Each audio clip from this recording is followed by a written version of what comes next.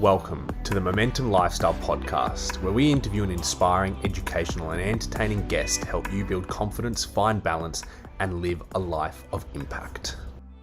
We'd like to thank our sponsor today, Be Spunky. Now, Blake, Janelle, and myself have been using their Reboot product for well over 6 months now, and it has been life-changing. I found myself recovering faster, having way more energy throughout the day, and honestly feeling just more jacked up as a man. And this is because Reboot is clinically formulated to support healthy male hormone levels, providing stress relief, improved strength and stamina, enhanced drive, and overall well-being. Be Spunky Reboot contains a proprietary blend of 10 natural and organic herbs and active ingredients that are renowned for helping men to enhance physical and cognitive performance, improve stamina, energy, and endurance, optimize testosterone levels, support healthy reproductive function, support cardiovascular function, relieve stress, mild anxiety, irritability, relieve tiredness, fatigue, support healthy sleep patterns, and support healthy body weight. So as you can see, it is a must-have product for all men. So head to their website, bespunky.com.au. That's bespunki.com.au, and use the code MOMENTUM to receive 10% off all Be Spunky products. Willie, Katie Williams, one of my favorite human beings in the whole wide world. How are you going? My man, I am so good, and I'm so excited to get on your podcast. It's been a hot minute. We have tried to plan it for like 3 months. We have. I think I kind of this week I was like, nah, we're doing it. I just messaged you. I'm like, Katie, we're doing a podcast this week. When are you free? Let's go. And we're here. We made it. Well, we may as well have just done a phone call, because literally this is what we do anyway.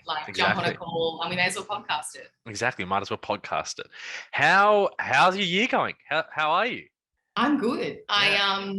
I have had a really good start to the year. I feel like I've changed my lifestyle and my routine since we all came out of lockdown.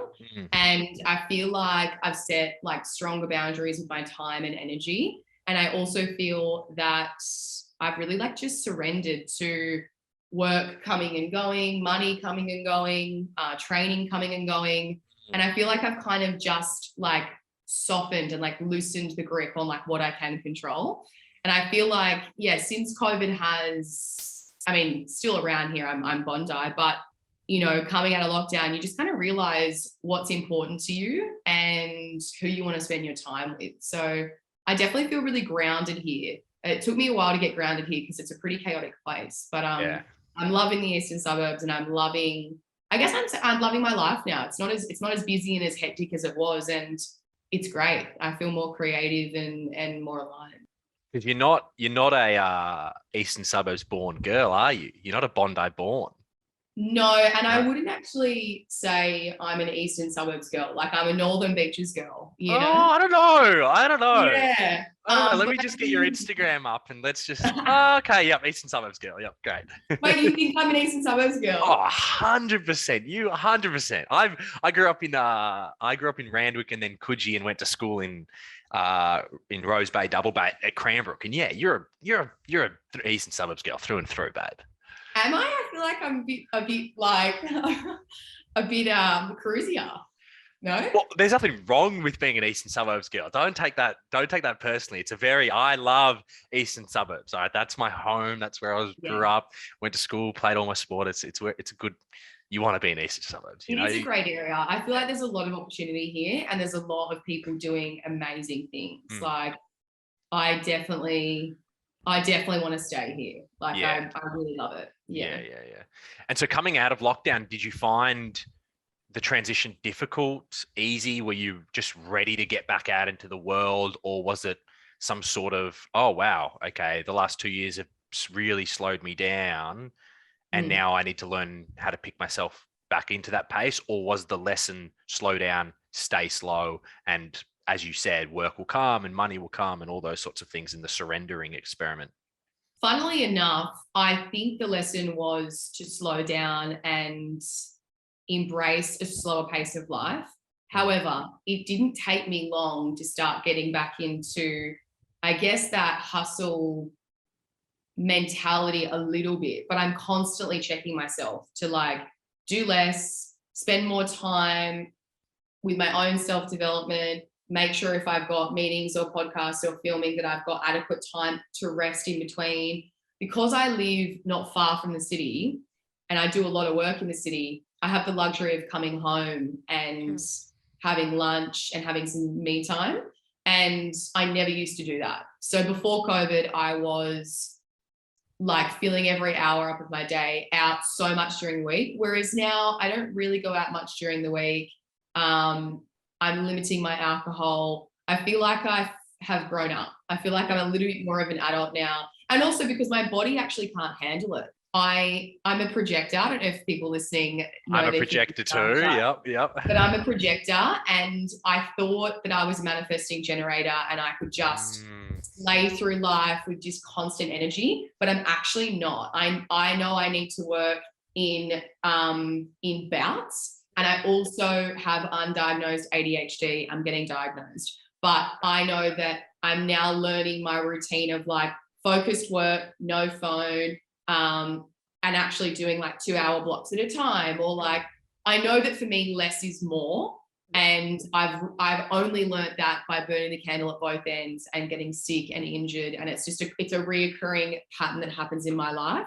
Yeah. So COVID was the biggest lesson to completely stop and surrender. Yeah. I also like being in control. So I was completely out of control. But we did come out of lockdown and start going out to restaurants and drinking. And we kind of had this like, I don't know, it was like a boomerang effect where it was like, oh my God, we're allowed to go out. It was this like extremes. Yep. But I feel like now I'm over that and I'm kind of enjoying being at home more. Yeah. I remember when we first met in 2019, it was, and when I was living in Melbourne, and I'd call you and it would be like, babe, I'm so busy, so sorry, let me call you later. And then like, yeah, no worries, call me when you can. And then I'd check in again, I'm so busy, sorry. And then when we would speak, it was like you were burnt out in bed, sick, and you're like, oh, and you'd be on the phone, but babe, I'm sick. And it would happen like once every 2 months you'd hit that burnout phase, or it was really common. 2 years ago, I was doing everything. Yeah. Like I need everything. And it's hard because I was making good money, but I was like so exhausted, depleted. And also like the sacrifice that you have to make when you put career above everything is, your relationships suffer, your mental health suffers, your physical health suffers, and it's just not worth it. Yep. Whereas now I feel like I am prioritizing self-care, and I'm also prioritizing my relationships, and also prioritizing, commitment to self and making sure that my cup is filled up first. But it's an ongoing battle. Like I am a born hustler. Like I love to go and go and go. And I have to like feel the subtle signs, or like listen to people like you who have my best interests and say like, hey, I think you need to slow down, because I just won't slow down until my body stops me. But I'm learning. I'm like learning now to embrace some slow. Yeah. I'm so sorry that I didn't have time to talk to you. No, like, it wasn't you. It was like everyone. Or it would be like me in the car. Like I would, because phone calls in the car. I would call on the drives.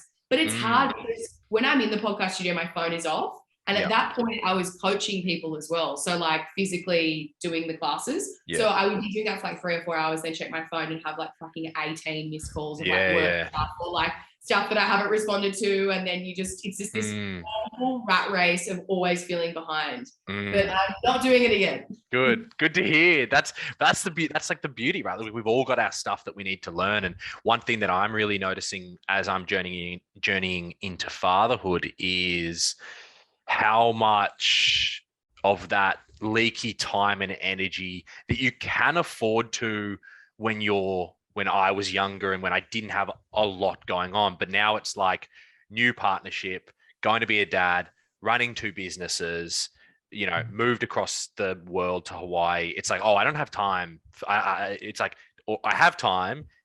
How am I using it? And it's like really dialing in my time management, because that was something I was really poor with. So, we've all got our fucking things, right? Like it's that no human time journey. for fluff. Like no time for fluff. Yeah, none. And also being strong enough to say to people, hey, I'm sorry, I'm not coming to the social occasion. Like I need to recharge. And like, if they don't understand that, and that's the thing, it's also people in your space I believe, need to respect your boundaries and also want the best for you. However, a lot of people actually don't. Like, they will push you. They will push your boundaries. Like, hey, come out. I haven't seen you in ages. Like, guilt trip you, or, you know, why aren't you drinking? Like, I don't have those people in my life anymore because they are actually not wanting the best for you. They're wanting the best for them. You know what I mean? Yeah. So I don't know. I don't really know if it comes with age or it just comes with experience.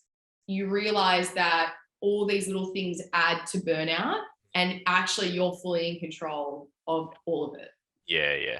And you just realize like that through self-awareness, you're able to realize what is good for you, right? As you're developing yourself, that's what the aging or the maturing process is. It's like you're developing yourself and finding out more about yourself. You're like, oh, I'm actually saying yes to going for beers because I'm a people pleaser. Oh, that's really interesting. Rather than, oh, I feel really good and I've got time and energy to go for beers with the boys or go out for dinner. And you're constantly developing your awareness around yourself so you can make better decisions. And if you're not spending time in that self-awareness space, then you're not going to be able to make better decisions. You'll keep, the repeating patterns will just continually show up in your life, the same thing. And you're like, why the fuck's this happening? And it's like, maybe there's something in this, maybe there's something that there's the lesson or the learning experience. And it's so cool to see you, coming out of lockdown and seeing so many people coming out of lockdown, learning a very similar lesson. Like, what's really important? How do I really want to spend my time? And it was, the one big lesson that I feel like a lot of people learned through COVID and through lockdown. I think people either thrived or just survived. And to be honest, I didn't thrive. Yeah. Like, I'm super open about me hating lockdown. I mean, hate is a strong word, but I didn't thrive. Like, I, did my best to have some sort of routine, but I know I like training with people. I love training in it. Like, I train on my own as well a lot, but I really like going to a gym where there's people around. I need the buzz, I don't mind busy gyms. Like, I don't mind like having someone to hold me accountable, like meeting a friend at the gym. Like, I feel like I kind of needed that. Like, I am I'm a solo person. I work on my own. Like, I'm self-employed. I do often train on my own. However, I love community. Like, I missed the breathwork sessions we did as a community. I missed going to the gym to train with people. I missed going in to meet my producer, like recording, like all these interactions that keep you like inspired and uplifted and buzzy is just gone. And like, you just get, I don't know, I think you get stuck in a rut, and it's hard to break out of because you physically can't break out of your space. So it's kind of like you really have to work hard at breaking out of a rut when you only are in your four walls. Like, it was really hectic here, like in the east, like everywhere. Like, I mean, it was hectic everywhere. Like, Melbourne was horrific, but it was pretty dark. We end up, like, human beings are so resilient. And so one thing that I noticed was because you're resilient, you became like a little bit hardened to what you really need because you had to. It was like you were in that survival state of like, well, I don't have breath work, I don't have the gym, I don't have community, I am resilient, I will get through this, I know it. So you kind of harden a little bit. And one thing that I noticed was I joined the canoe club when I got here. It took me ages to go down to my first session. When I finally got down there for my first session, I was like, oh, this is fucking awesome. Like, I'd kind of become resilient and hardened in the fact that I was like, I don't need it. And then I got there and I was like, oh, this is what I've been missing. This is what I need. Wow, this is great to be around a bunch of guys with just head down paddling for an hour straight. You get the competitive spirit back a bit. And it was like, this is cool. I don't need to be resilient anymore in this like isolating time. I can go and join a club or a community and get back out there and then fill up my cup, as you said. Yeah. And it was so the power of community is incredible. Like, truly, you can't do, like I said, I do believe I am quite a solo person. However, I love collaborating. Like, I'm always talking to like-minded people forever. Like, I get so much out of like conversing with you over like audio, like on Instagram, or audio noting, or like talking to the boys, or like we have our like soul group, and I just get so much out of it. Like, it's it's inspiring and it's motivating being around people that, you know, have the same values as you. Yeah.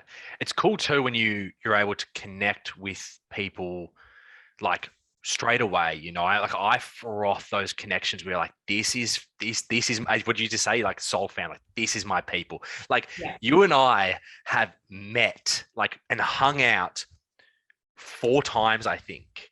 But I would consider have a think. But I Bondi. can consider you one of my best guy mates. Exactly. I would. Much. Yeah, but that's what I'm saying. Like we've actually, because we met in 2019 and then COVID happened, right? But we would speak on the phone all the time, and we would check in with each other. Hey, mate, how you going? What's going on? Are you well? Good, great. And it's not like that.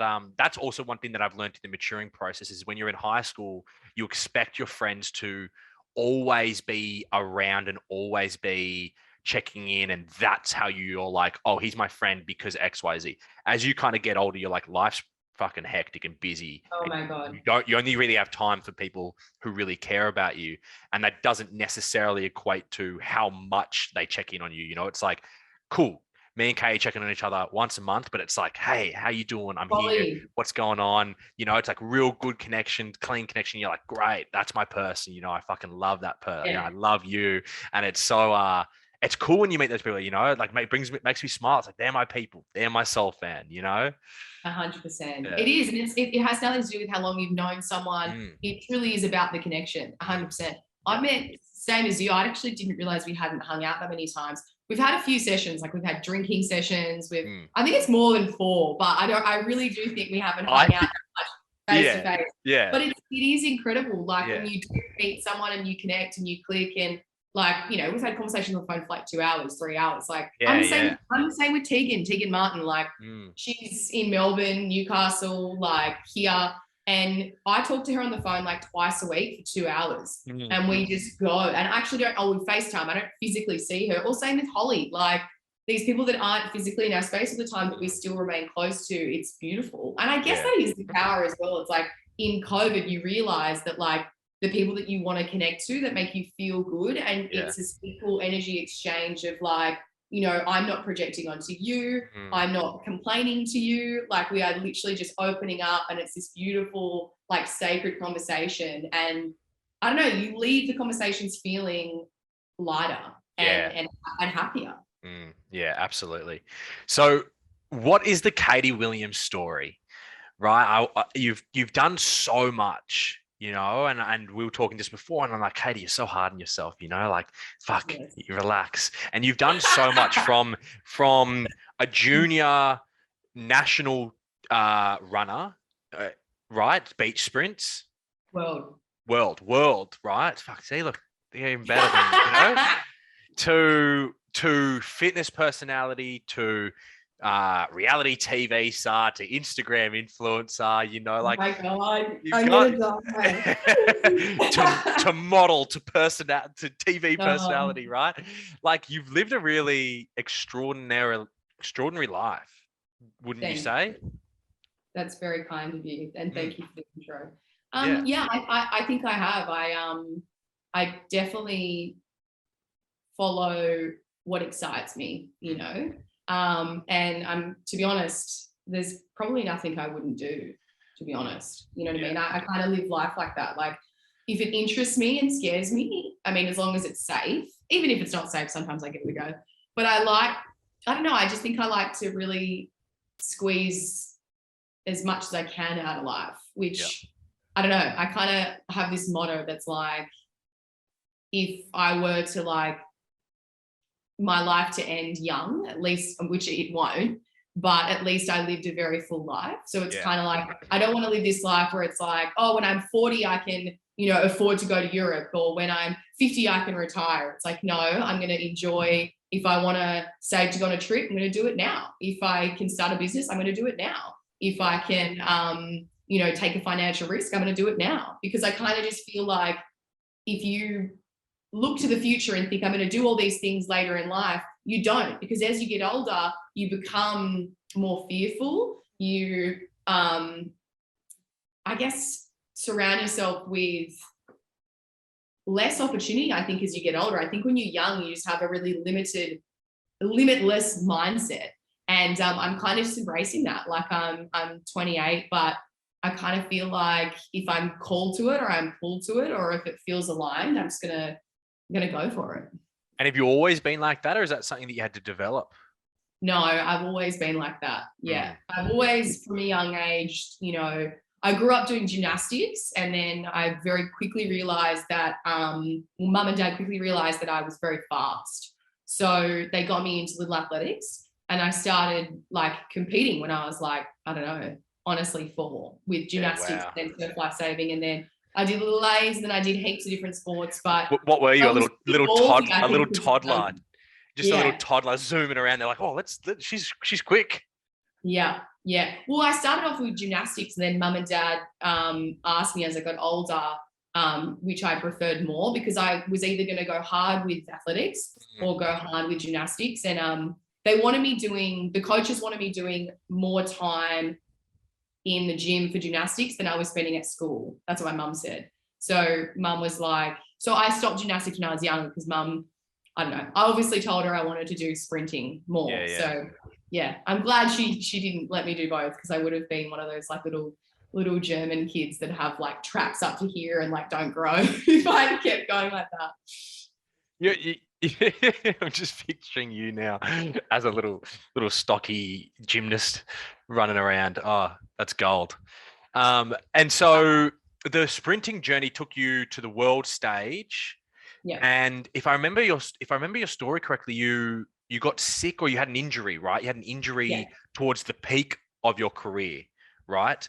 Yes. And that led you to stepping away from athletics after that and focusing. Where did you go from then? Did you step into personal training?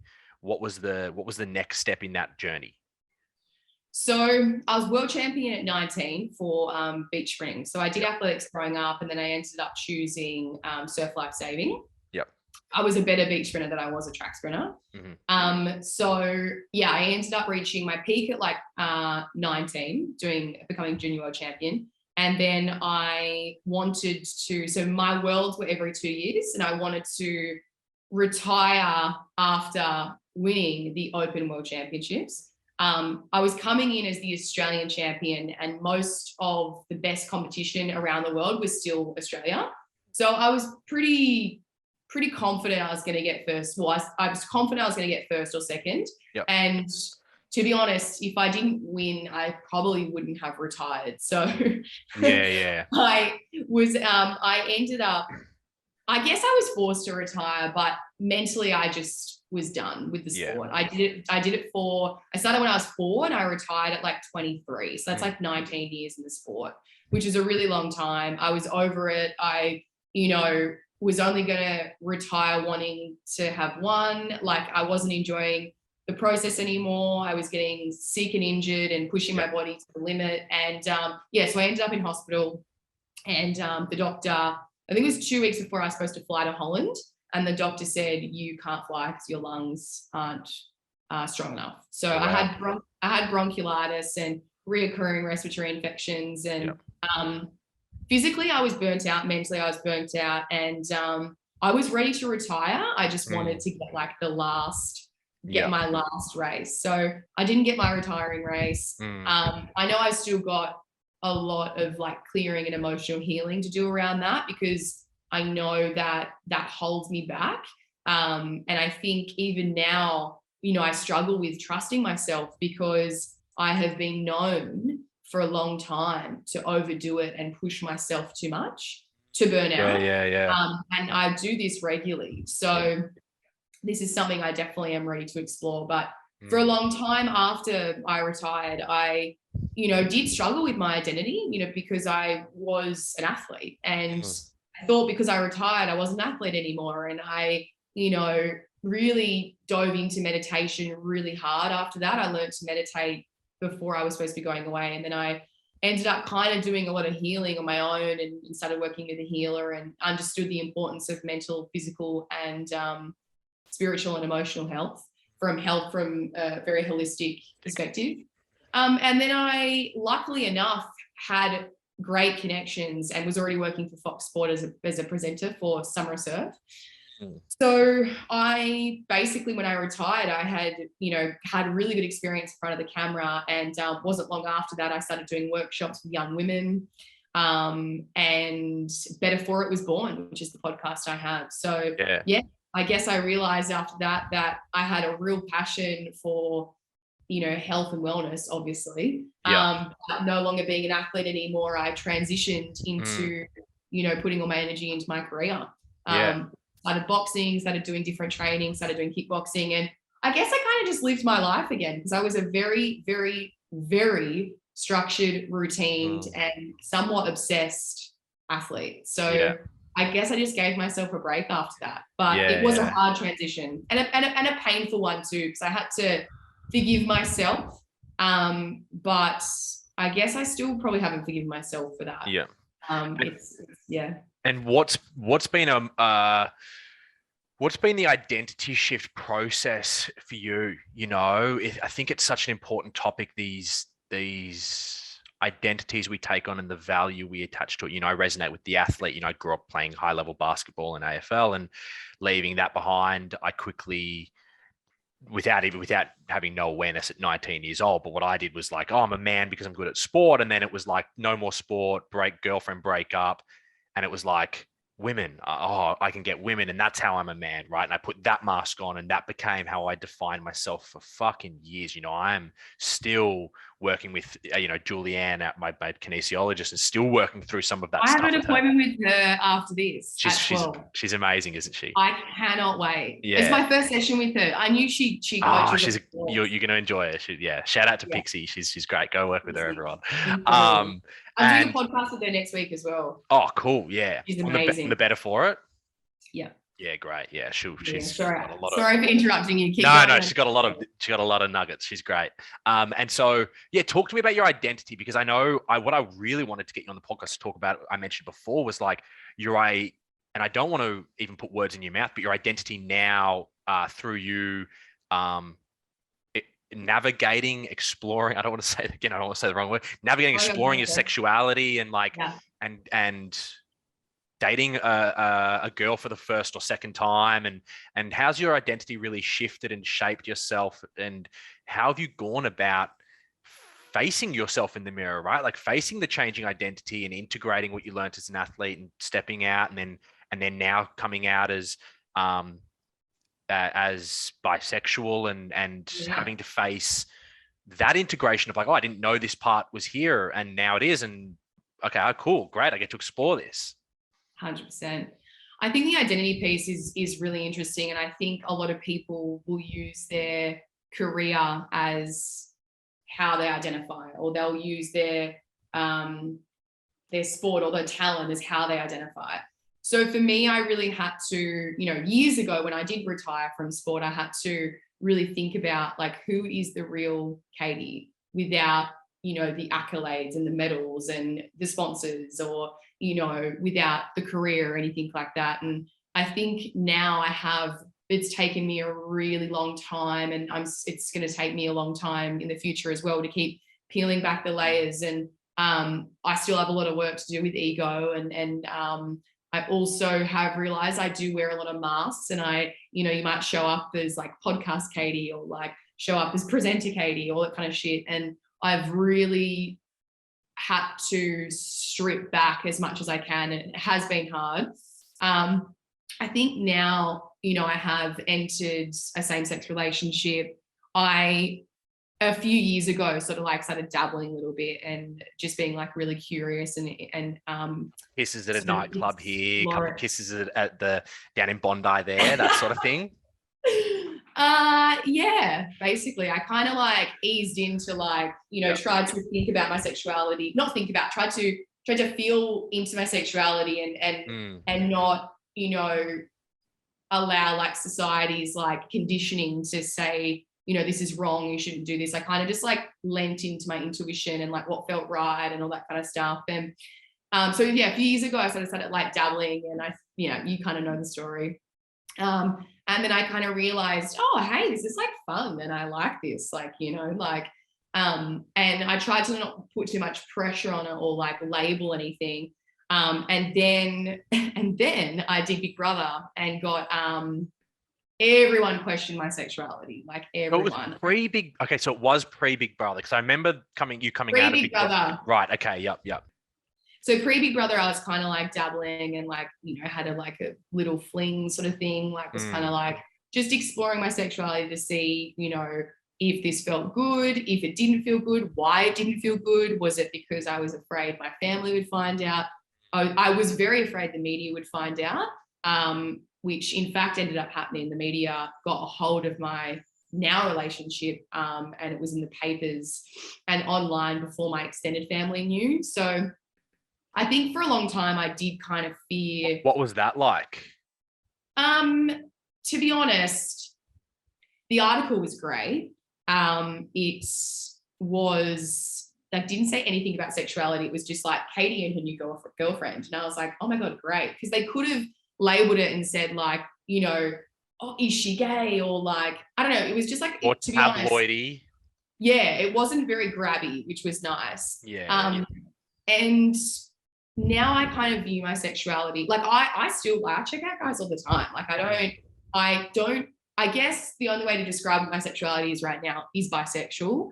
However, I don't want to be labeled. I know that sounds really silly, but like even when I was a vegan, I don't want to be labeled as a vegan because it feels constrictive. It feels like I just want to be a human who's like fallen in love with another human. Like I'm just Katie. I am always changing. I'm always evolving. Like I don't really want to be called a lesbian because I also like, I check out guys. Like I've also spent my whole life dating men and sleeping with men and like finding men attractive. And only recently have I sort of like looked at girls and thought, oh, like there could be something here that's romantic. So for What me, is that? What is, sorry to cut you off, because I find that like, momentum and the work that I do, we're speaking to men 90% of the time and exploring sexuality. That is such a foreign concept for me, right? Like, and when you say it, I'm like, cool, I know what she means, but I don't know what you mean. Like, I know what you mean, but I don't know what you mean. What is that? The exploring of your sexuality, because I'm a straight man and I didn't need to explore anything to realize that I was a straight man. So it's for me, and I think a lot of guys, listening will really resonate with like, actually, what is that exploring sexuality piece?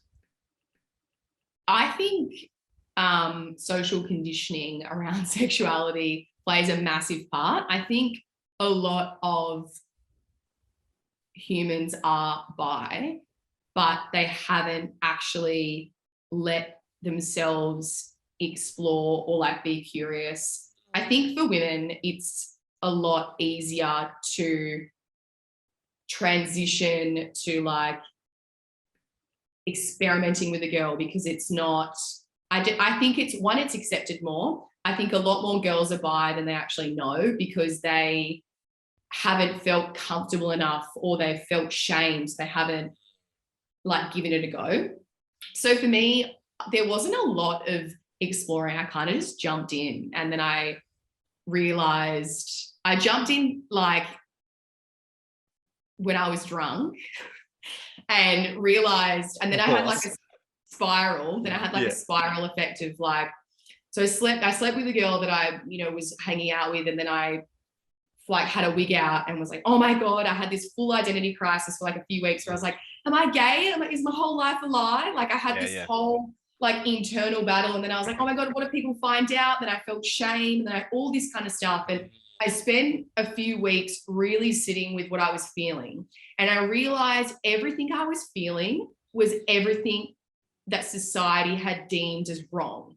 Or like I was worried my mum would find out, the media would find out, my friends would find out, all that kind of stuff. And I realized that none of that shit was actually mine, because at my core, it was something that was like fun and explorative and exciting at the time.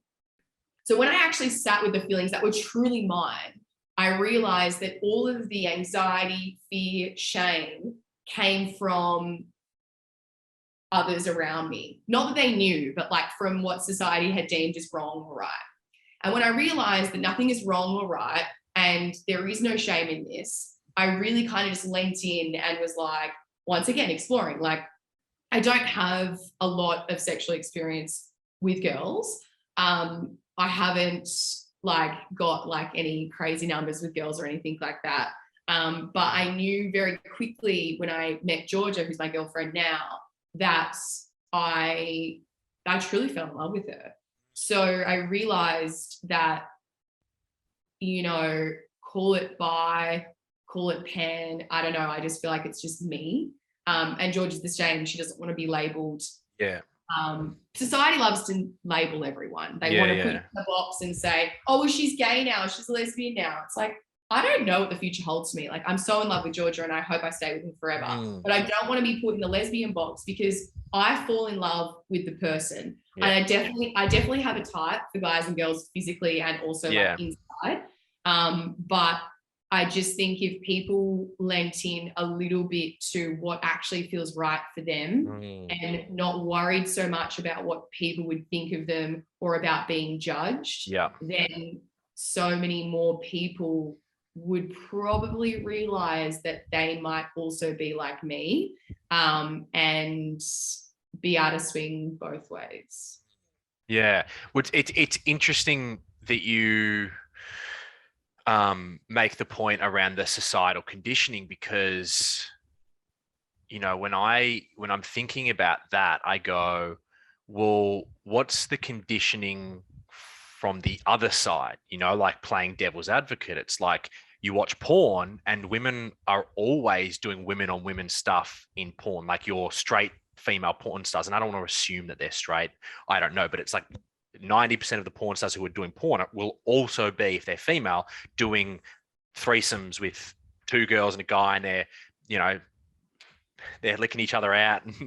And it's like, is that like, how do you, I have a, like, how do you step away from societal conditioning when you're in society, and no matter how you look at it, it's some form of societal conditioning because you're in society. So it's like, what's the remedy to societal conditioning when you can kind of flip it on every angle? Do you know what I mean? It's like, oh, so we make something, it's really visible. You go out and girls are kissing each other and they're like, they're straight.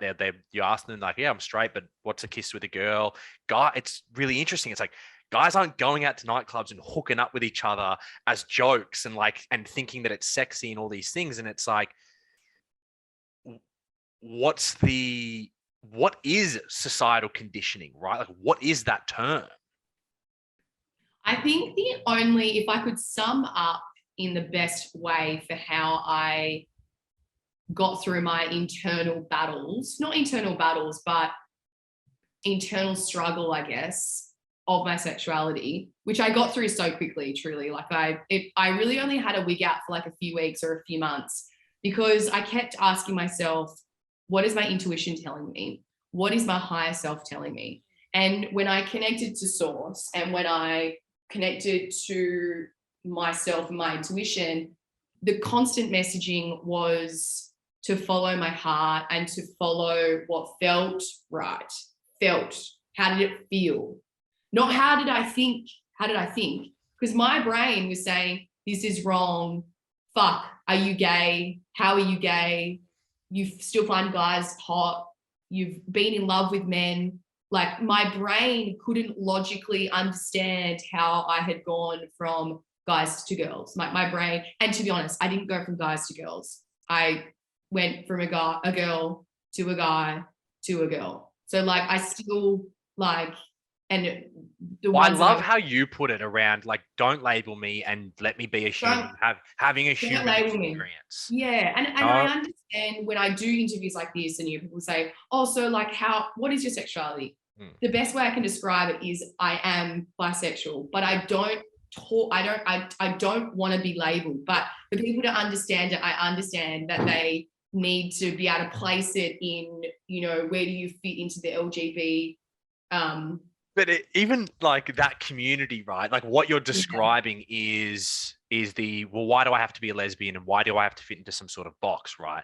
And a common philosophy that we're seeing rise up is like, is the anti-label, right? It's the anti, you know, the pronoun debate. Yeah. Like he, him, she, her, they, them, and then all the other ones. It's like, well, labels are bad and labels are a societal construct, but the solution that's been put out there is like more labels.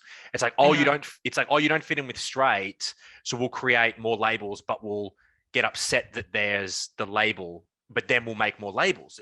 I try to, it's bizarre. Is that kind of what you feel as well? You're like, hang on, why do I have to put some sort of label to this? Yeah. I'm definitely an ally, and I would definitely like, in my Instagram bio, I have she, her, because I identify as she, her. I am doing my best to educate myself in the non-binary space and the trans space, and will always sit, actively listen and learn. I now, by default, by dating a girl, have entered the community. I love the community. I believe that you should be able to love who you want, be who you want, show up as the highest expression of yourself. I love it. You know, like I've met so many beautiful people. I've worked with brands that support the community, and I am a part of the community. I don't feel the need to talk about my sexuality unless I'm being asked. I don't feel the need to label myself, and I don't feel the need to put, you know, the rainbow flag on my Instagram page or anything like that. Because once again, I don't label myself at all. Like I don't say I was vegan. I've never told anyone I was vegan. I'm now pescatarian, but like I don't really like labels, because I think as humans, we're ever evolving. We are always breaking out of boxes. There shouldn't be a box. No one should be boxed. So and have you caught backlash for that? Have you caught backlash within that community or within any community? Well, why should I? Because I just because I don't want to be labeled as bisexual, I just want to be me. Yeah. I support the community in every single way. Like I know so many people that want to be labeled because they love it and they feel like they have a place now. I don't feel, by being put in the bi box, I don't feel that I have a place. Do you know what I'm saying? So I understand for, you know, people that have really struggled with their sexuality, that now by having a label makes them feel understood and heard. I feel understood and heard being me as Katie, not the bi girl, not the vegan, not the athlete, any of that. And I think that because I feel comfortable and safe not having any labels, then that is a win. I completely respect and understand why people who are put in the non-binary box, or who are put in the lesbian box, anything like that, or whatever it is, it could just be queer.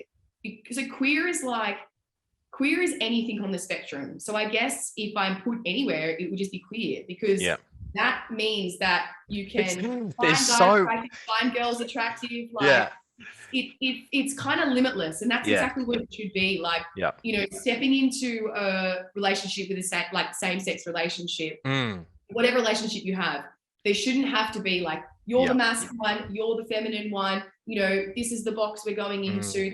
That's my opinion. But I love and respect everyone who is on their sexuality journey, who wants to be labeled, doesn't want to be labeled. I will always be a part of the community. I've always supported the community growing up. Like when, you know, I was straight, I've supported the community always. So I haven't copped any backlash from it, because I'm just living my truth and being authentically me, which is exactly what the community is about. So. Yeah. That's great. And it's so like, you know, I love having this conversation with you, because that's my goal is to become educated. You know, you said like, I'm always listening, I'm always this. It's like, great. Like, and to be able to have conversations, you know, like even asking some of these questions, I'm like, oh, am I allowed to ask this? Am I coming across as like anti this community? Because it's not my goal. It's like, oh, I just want to ask anything, understand the journey, because it's not a part of my journey. Like, and I think we all human beings have an innate desire to want to belong, to like, that is hardwired, that we need a sense of belonging. Right. And the LGBTQ plus community has built up a place where those who felt that they didn't belong anywhere else could come into this community and belong. And I think that's really beautiful. And I think it's great. Powerful. It's really powerful. It's really great. And again, like for me, it's something, and for me, it's something that I don't understand because I'm straight and I don't identify with the straight community. Do you know what I mean? Like I don't tap into the straight community and go and hang out with a bunch of straight people and do these things. It's not, so I don't understand it, but I empathize, and I don't even know if that's the right word, but I understand the human experience in having a human experience, and I've got nothing but love for humans having human experiences. And that's kind of where I'm like, that's important. And I was listening to Dave Chappelle's final stand-up comedy, you know, and he got a lot in America, especially got so much backlash through, I think he did 3 or 4 specials. And one of the things he was saying, he was talking about a conversation he was having with a trans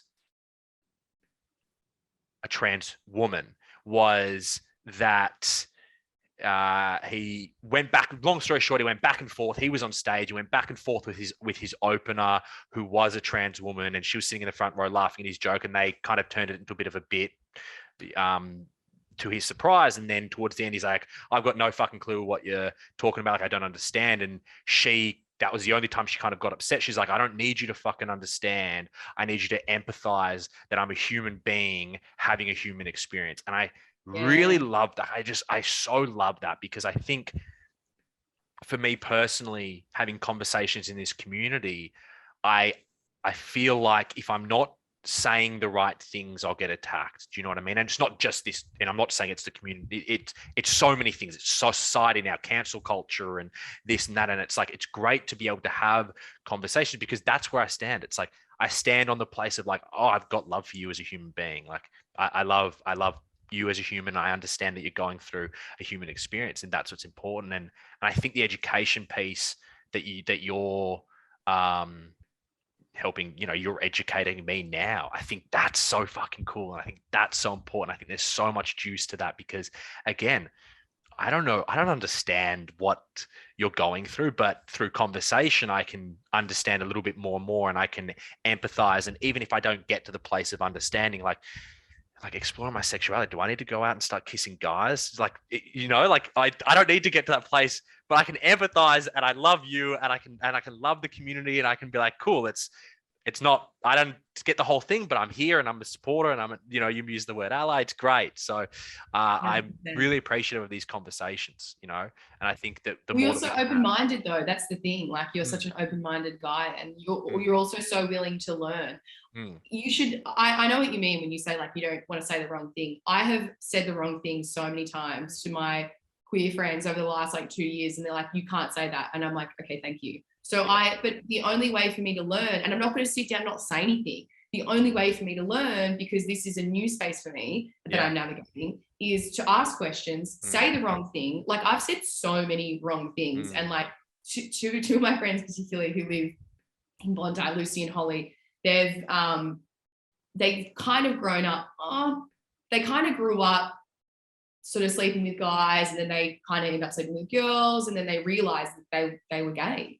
And I've said stuff to them like really ignorantly, and they've said, hey, that's actually offensive. And in my head, I was like, how is it offensive?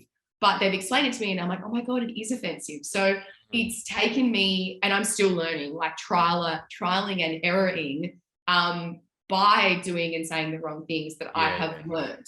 So it's just navigating a new world and respecting and learning about the community and talking to people. And at the end of the day, like you'd rather have the conversations and get it wrong and learn than not have them at all and be too afraid, you know? Yeah. I definitely resonate with the too afraid crowd.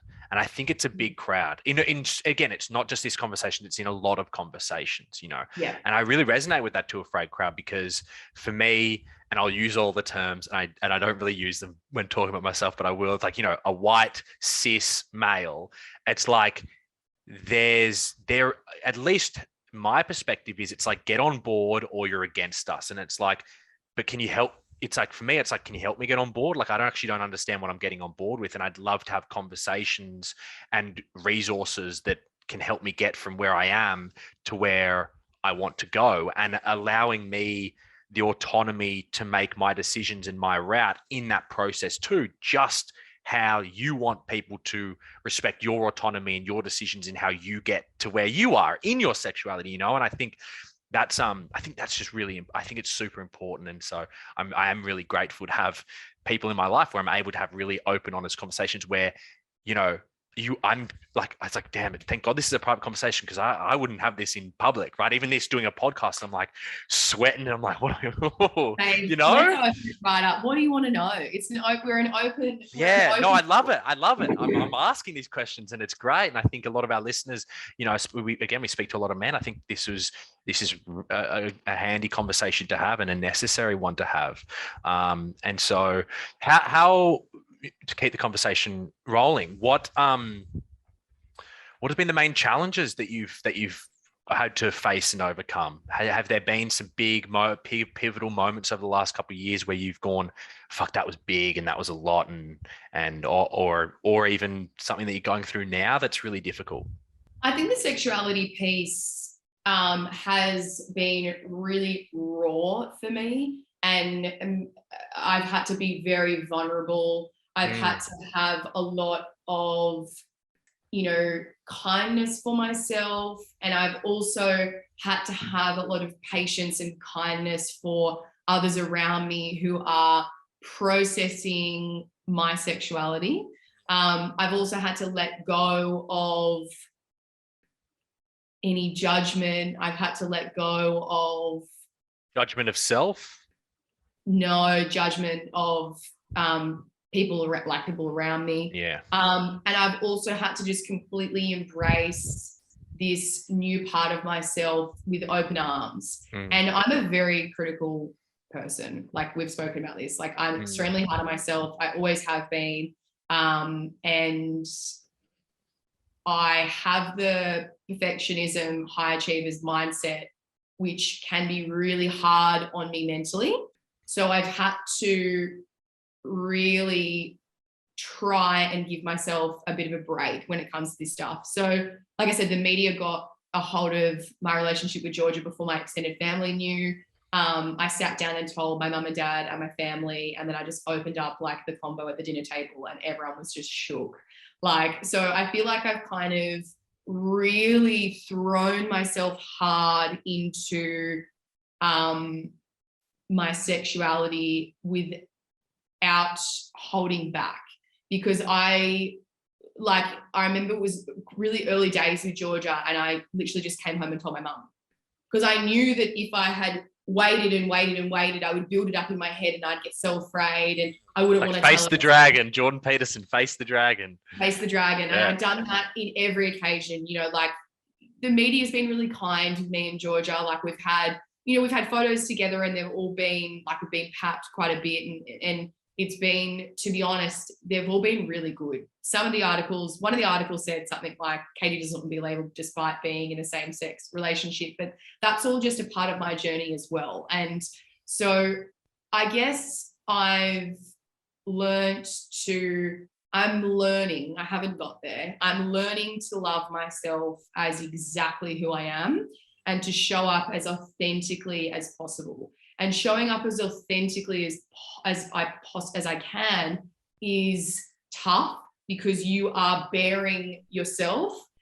You're opening yourself up for criticism and judgment, and you're opening yourself up to stepping into like a new self, which in turn, being different to what is deemed as normal, you are, there is a lot of backlash and trolling and all that kind of stuff. Everyone's been really supportive since I've been with Georgia.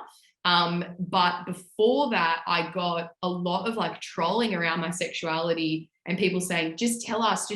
Like, I'm sure you're bi, just tell us. Like, and then all these open forums of people talking about my sexuality, my history of who I was dating. And it was just like this crazy roller coaster of people involved in my business. So I guess I have just fully embraced like it all. Like, you want to talk shit about me, talk shit about me. Yep. You want to talk good about me, talk good about me. You want to judge me, judge me. You want to make fun of me, make fun of me. Like, but by me showing up as myself and trying to do that in a somewhat courageous way. It's encouraging, you know, a lot of men and women to show who they truly are, and to do that, walk a different path. And I have walked a different path my whole life. I've done everything different completely. Like I've never wanted a boss. I never had a boss.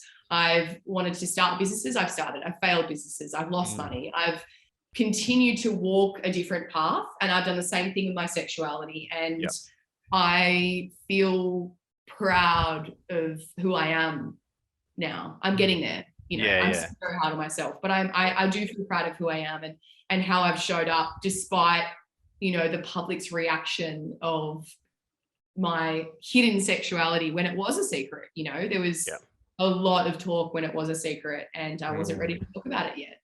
But the media did that for me. Yes. But you should be proud of who you are. You know, you're an amazing woman, an amazing person, and you've got so many great qualities about you. So you should be really proud of who you are. Thank you. You're welcome. And what was harder? What was harder, the public and the stories and the having the public eye, or the behind closed door conversations, the close family members, the friends? Which part was actually harder for you to kind of navigate? Or was it because it all was entangled together, it's hard to separate the two? I don't really care about what strangers say, because I don't know them and they don't know me. I care a lot about the people in my close circle that know me well and that want the best for me. So yeah, the stuff that was said online is white noise. And the hardest thing for me was the conversations that followed with my family after me. I didn't really have a coming out. There was nothing to come out from. I didn't live in a lie. I definitely had some struggles, but I didn't have this thing that I was hiding. I did hide it for a while, but it didn't progress for too long.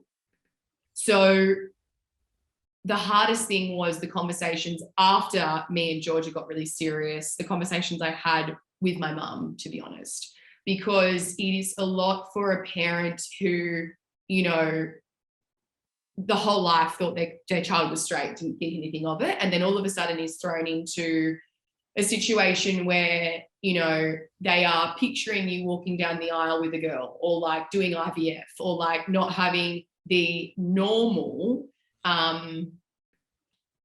I want to say like fairy tale life. It's bullshit. No one has a fairy tale life, but like having a normal marriage, or what's deemed as normal. You know, we spend 20, you know, for you, 26, 27 years seeing and building pictures of like, oh, grandparenthood and like all these things. And then all of a sudden it's like, those were expectations and ideas that were just purely your own. Like and Katie Williams or your kids have no obligation to fulfill whatever the fuck is going on inside your head, but you've still got them as a parent, right? It's natural. You can't not have them.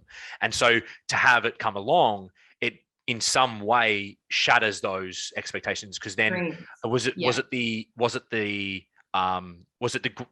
that process of like, oh my gosh, but you're going to marry a man, right? You're going to like have kids with a man. Was that kind of the thing, rather than it being like a rejection of acceptability in the sexual nature that, oh, she's with a woman? It wasn't so much that, it was more like, oh fuck, like what about kids and what about marriage and that? Or was it both that you had to navigate?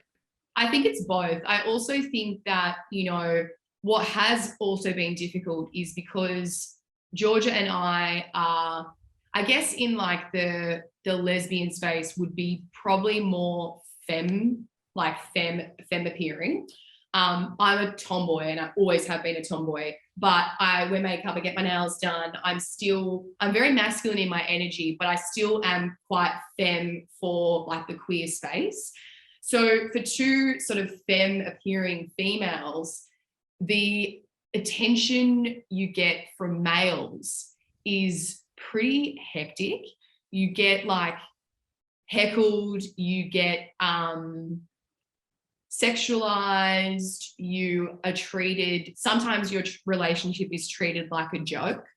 So G had this conversation with me when we first got together. She was like, because we got together in lockdown, so there was no events, no media, no one around, and we were together for 6 months in lockdown. So we've been together for, in June or the end of June, we'll be together for a year. So it's been like, and we've been solid that whole time, like spent every day together. Like we went kind of like straight in. And with being in lockdown, you know, she would say to me, I want you to be prepared, or like, I'm just going to let you know. She's dated girls. She knew what was. So yeah, so she had a girlfriend before she had a boyfriend. So she has gone from guys to girls, from guys to girls. But she's had a lot of experience with girls. She's dated girls and she understands female relationship. To be honest, I understand it too. It's different, but it does come naturally. When's the Katie Williams dating girls program, 8 weeks to dating girls better program come out? Huh?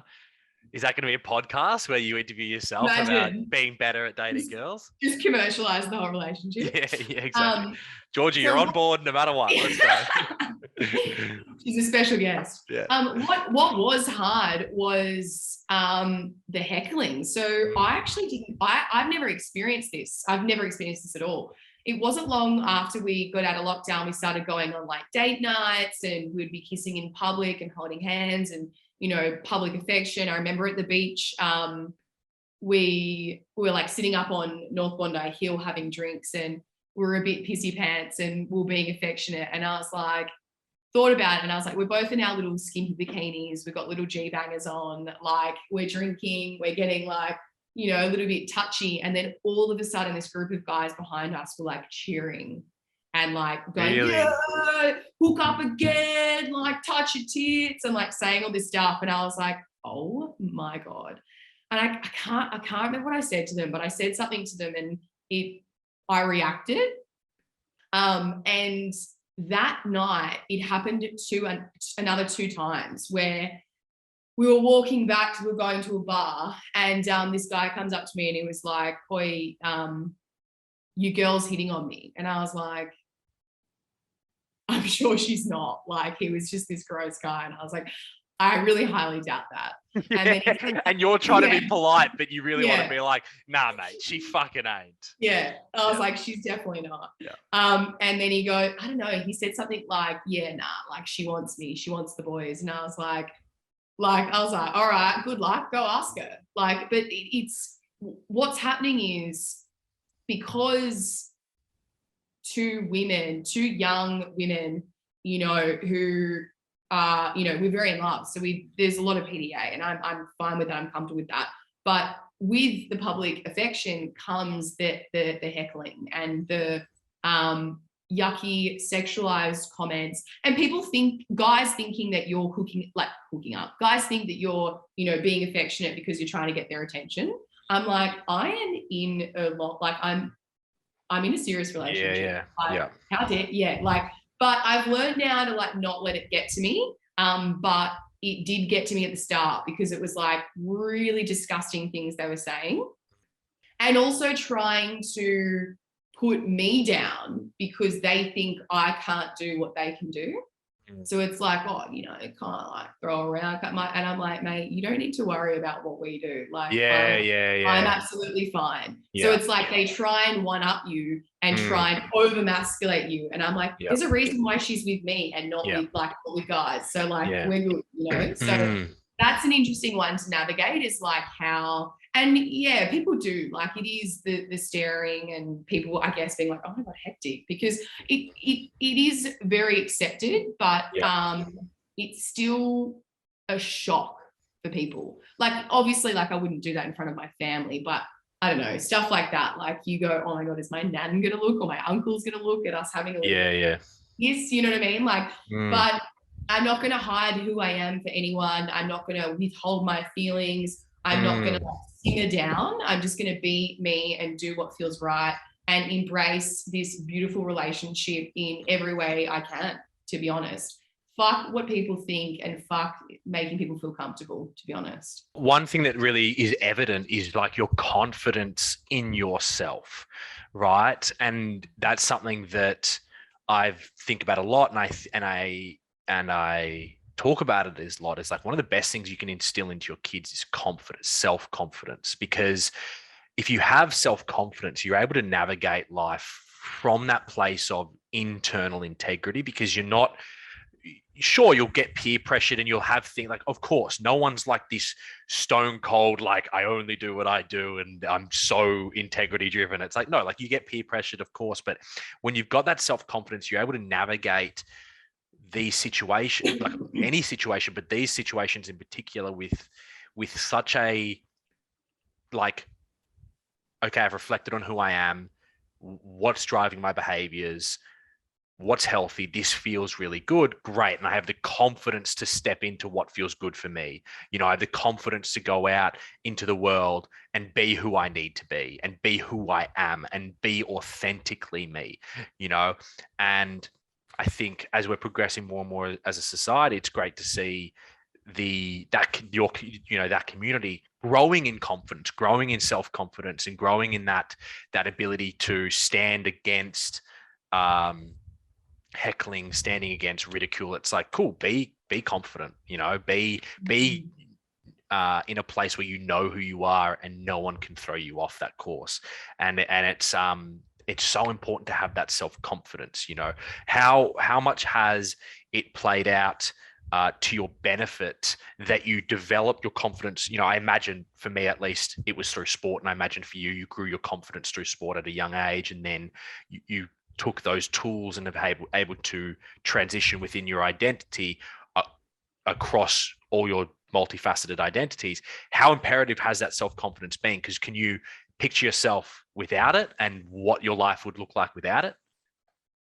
I do have a lot of people telling me I'm confident in who I am. I believe I am confident in myself. What I do lack confidence in, which ties into imposter syndrome, is my education, which I find really interesting because I have done university, I've done TAFE, I've done courses, I've done NLP courses, I've done my Reiki course. I'm constantly learning, but I feel that there's still lots of blocks in me, which I am working through, which is like not being afraid to step into like really level up, like being afraid, like it's like the glass ceiling, like you reach a point, but your subconscious holds you back from breaking through that glass ceiling. Yeah. So what I am working on, I've got a session with Pixie after this, is breaking through like the self-sabotage elements that come through. So I agree. I am a confident person. I think that that does show, particularly with my sexuality, with who I am, with the clothes I wear, with how I speak, with the people I surround myself with what I do for work. But I have a long way to go with imposter syndrome and believing in myself. I think like I always underestimate my ability, I think. Even though I'm confident in who I am, yeah. I think I still underestimate a lot my ability and also my education. But I also believe that people that have imposter syndrome are the hardest workers because they go, I'm not smart enough, I need to keep learning. I'm going to do it. Like there needs to be an element of like completely surrendering and integrating your knowledge. Yeah. Through life experience rather than just like doing another course. It's like, no, like I have the knowledge now, be confident enough to step into it. So I think I've got a long way to go with the imposter syndrome stuff, but thank you for calling me confident because I am truly now who I am, who I'm meant to be. And I'm excited for the next phase of pushing through some boundaries. Yeah. Yeah, absolutely. And for the, to leave on a high note or to leave on a really important piece of advice, what do you have for the people listening that are inquisitive about this space, that are inquisitive about learning more, and and maybe they don't have any friends. You know, I don't have any. Like I think back to, you'd be my. I don't want to leave anyone out here, so I'm really thinking about who are my friends. But I'm like, you would be my one really close friend who's in the LGBTQ space. And in Kat, my partner, she's got a bunch, and I'm starting to become friends with them. But what do you have for those that don't understand? They don't have the community around them where they're like, okay, cool, I can talk to this person and gain some information. Like, what's the piece of advice you have for the people listening that are just sitting in that uncomfortable, I don't know enough, and I kind of want to learn more, but what do I need to start with? I mean, I always think about breaking out of your area. So to give you an example, I grew up on the Northern Beaches. There's not many people in the Northern Beaches that are like queer, and there's like hardly any bisexuals, and there wasn't when I grew up. So now that I've moved to the east, you've got like Newtown and Marrickville and all these like really quirky areas and Bondi, and like there's a lot more people, there's a lot more diversity. So I think by leaving, I'm not saying leaving your area, but by me exploring, working in the city, you meet more people, going to the inner west of Sydney. And also like inner east and the east. Inner like, east, yeah. You just meet more, like Melbourne has got like an amazing diversity of people. So I think like, from a place of education, like obviously you can listen to podcasts, read books, and educate yourself in that way. But to be honest, I just think spend time with different people. Let's not judge a book by its cover. Let's like get to know people, be inquisitive, get to know people's stories, get to know people, get out of your area a little bit. I started going to a few little like gay bars and meeting different people and all that kind of stuff, and just going to different parties. Like I've gone to so many different parties in the eastern suburbs where I've met such a diverse range of people. And for me, by meeting people and hearing their stories and getting to know people, it made me feel like, wow, I can be so much more. I can show up and express myself in such a different way. I'm not just like this girl from Northern Beaches that just looks like everyone else. And I think now I've really found like my like style and found what makes me feel good. And I've only been able to do that by leaving my hometown and entering a new space. That's from my experience. Yep. But I would just say expand your horizons in every way you can, and lean into what feels right. Like if it feels fun and curious and exciting, lean into that. Don't push your boundaries. And if your boundaries have been pushed, you now know, hey, that's not for me. Do you know what I mean? Like if you kiss a girl and you're like, oh, I'm not saying kiss a girl, but like there has to be a level of attraction there. But if you are struggling with your sexuality, and you do find yourself like attracted to someone that might not be your type, like lean in, see what it's like to like talk to them on the phone. Like, do you get excited? Do you get nervous? Like, if you did lean in for a kiss, don't judge yourself if you've kissed that person, because it doesn't mean your whole identity is going to crash down. It literally just meant that you kissed someone. It doesn't have to be like a freak. Oh my God, it's like you just kissed someone. Like relax, like but just take it easy. I think just take it easy with yourself, and to not be afraid of evolving and expanding. It doesn't have to be anything quick. It can be like a slow transition. Love it. I love that so much. Thank you, Katie. And for anyone that wants to listen to Katie speak and have beautiful conversations and amazing conversations with other people, she's got a great podcast we mentioned at the start called Better For It. And you can go and follow Katie Williams at Katie.Williams. Just Katie Williams. At Katie Williams. Nice. See, I need to get Dylan Ruse. I've got Dylan.Ruse, but the tag's taken. So I need to pay someone off at Instagram, I think. You did that? Yeah, a friend of mine who worked at Instagram for my birthday got my name. Oh, that's amazing. What a good birthday present. Jeez.